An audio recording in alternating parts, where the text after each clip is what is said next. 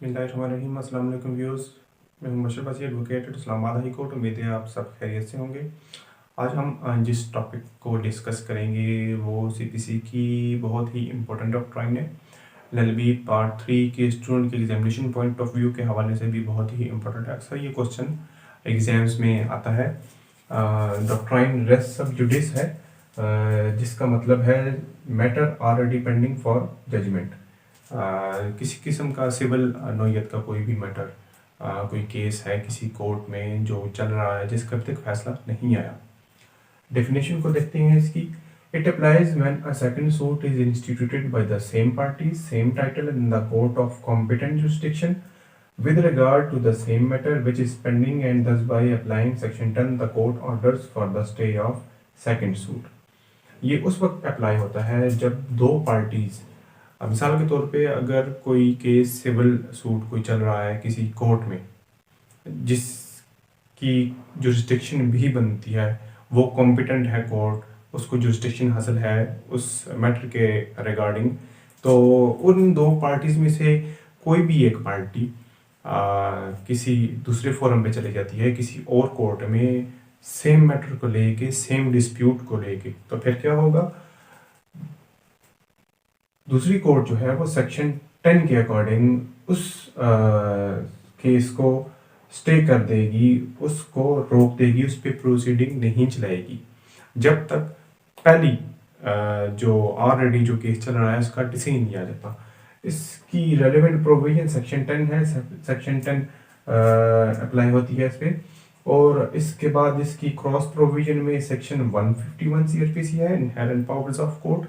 उसके बाद constitution of Pakistan 1973 का आर्टिकल है 203, वो डिफाइन करता है कि each high court shall supervise and control all the courts subordinate to it. जितनी भी हाई कोर्ट के मातहत उसकी सबऑर्डिनेट कोर्ट्स हैं और हाई कोर्ट उसकी सुपरविजन करेगी। प्रिंसिपल इसका देख लेते हैं, इसमें क्या उसूल इसका बयान किए गए हैं। The doctrine prohibits the trial of two parallel litigations in respect of the same cause of action and the same subject matter between the same parties।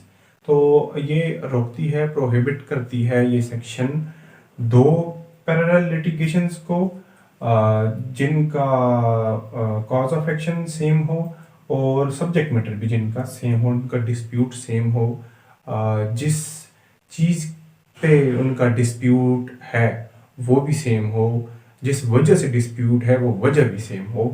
तो इसमें कंडीशंस इसकी बयान की गई हैं। सेक्शन 10 है इसमें कि सेम मैटर इन इशू, जो इशू है उनका, जो मसला है उनका वो सेम हो, पार्टीज भी दोनों सेम हो, टाइटल जो है वो भी सेम हो, और previous suit must be pending.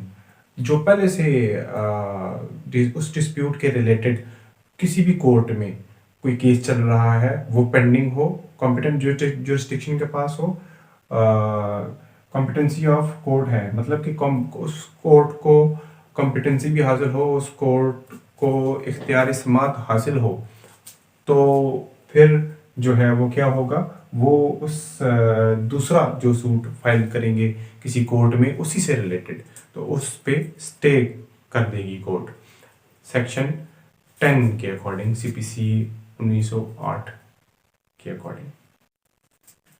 इसके बाद इसका स्कोप देखते हैं। द डॉक्ट्राइन ऑफ रेस सब जुडिस सेक्शन 10 इज लिमिटेड। इसका स्कोप जो है महदूद है। एप्लीकेबल इन सिविल मैटर्स, सिर्फ सिविल नोयत के मुकदमात में, दीवानी मुकदमात में ये एप्लीकेबल है। इनएप्लीकेबल इन क्रिमिनल मैटर्स, फौजदारी मुकदमात में ये एप्लीकेबल नहीं है, किसी किस्म के भी क्रिमिनल मैटर में ये एप्लीकेबल नहीं होगा। ऑब्जेक्ट देखते हैं इसमें, इसका मकसद क्या है? To prevent court of parallel jurisdiction to try. जो दो अदालतों को जिनकी जुरिसडिक्शन बनती है उनको एक ही मुकदमे को चलाने से रोकना। To confine the parties to one suit, जो पार्टीज हैं डिस्प्यूट जिनका चल रहा है उनको एक ही केस तक महदूद रखना। और limit the proceeding and evidence, और जो प्रोसीडिंग है जो को मैटर की जो चल रही है डिस्प्यूट की, उनको एक ही केस तक महदूद रखना और एविडेंस जो चाहते हैं, जो विटनेस होंगे, उनको भी एक ही केस तक महदूद रखना, ना कि वो मुख्तलिफ अदालतों में धक्के खाएँ और एक ही मैटर में, एक ही डिस्प्यूट पे वो मुख्तलिफ अदालतों के चक्कर लगा रहे हों। इसके बाद bar upon the jurisdiction of court है, अदालतों पे पाबंदी लगाई गई है। किस बिना पे पाबंदी लगाई? It bars upon the jurisdiction of the court subsequent court to try the matter till the former suit is pending. जब तक के पहले मुकदमे का फैसला नहीं आ जाता, उस वक्त तक बाद में आने वाले मैटर को, डिस्प्यूट को रोक दिया जाएगा। बाद में जिस अदालत के पास वो सूट फाइल किया जाएगा जिसका same dispute, same matter already किसी और अदालत के पास पेंडिंग है, चल रहा है, तो वो दूसरी कोर्ट में बाद में जिस कोर्ट में सूट फाइल किया जाएगा, वो अदालत उसको दायर तो कर सकती है, ले तो सकती है, लेकिन उस पर प्रोसीडिंग नहीं चला सकती जब तक कि पहले केस का फैसला नहीं आ जाता। Not apply to foreign courts, it will not apply to foreign courts because they are not the Pakistani courts neither established by central government. ये किसी भी फॉरेन कोर्ट पे सेक्शन 10 जो डॉक्ट्राइन है सब जुडिस की एप्लीकेबल नहीं होगी, और क्योंकि वो सेंट्रल गवर्नमेंट की तरफ से इस्टेब्लिश नहीं की गई। अगर कोई ऐसी कोर्ट्स या ऐसा इदारा है जिसको पाकिस्तानी गवर्नमेंट ने अथॉरिटी दी है, इख्तियार दिया है पाकिस्तानी सिटीजन्स के मैटर्स को, उनको डिस्प्यूट को देखने के लिए, उनको मसला हल करने के लिए, तो वहाँ एप्लीकेबल होने के चांसेस हैं, वहाँ एप्लीकेबल हो सकती है। तो इंशाल्लाह नेक्स्ट लेक्चर में रस जुडिकाटा को डिस्कस करेंगे। तब तक के लिए मुझे इजाज़त दीजिए। अल्लाह हाफिज़।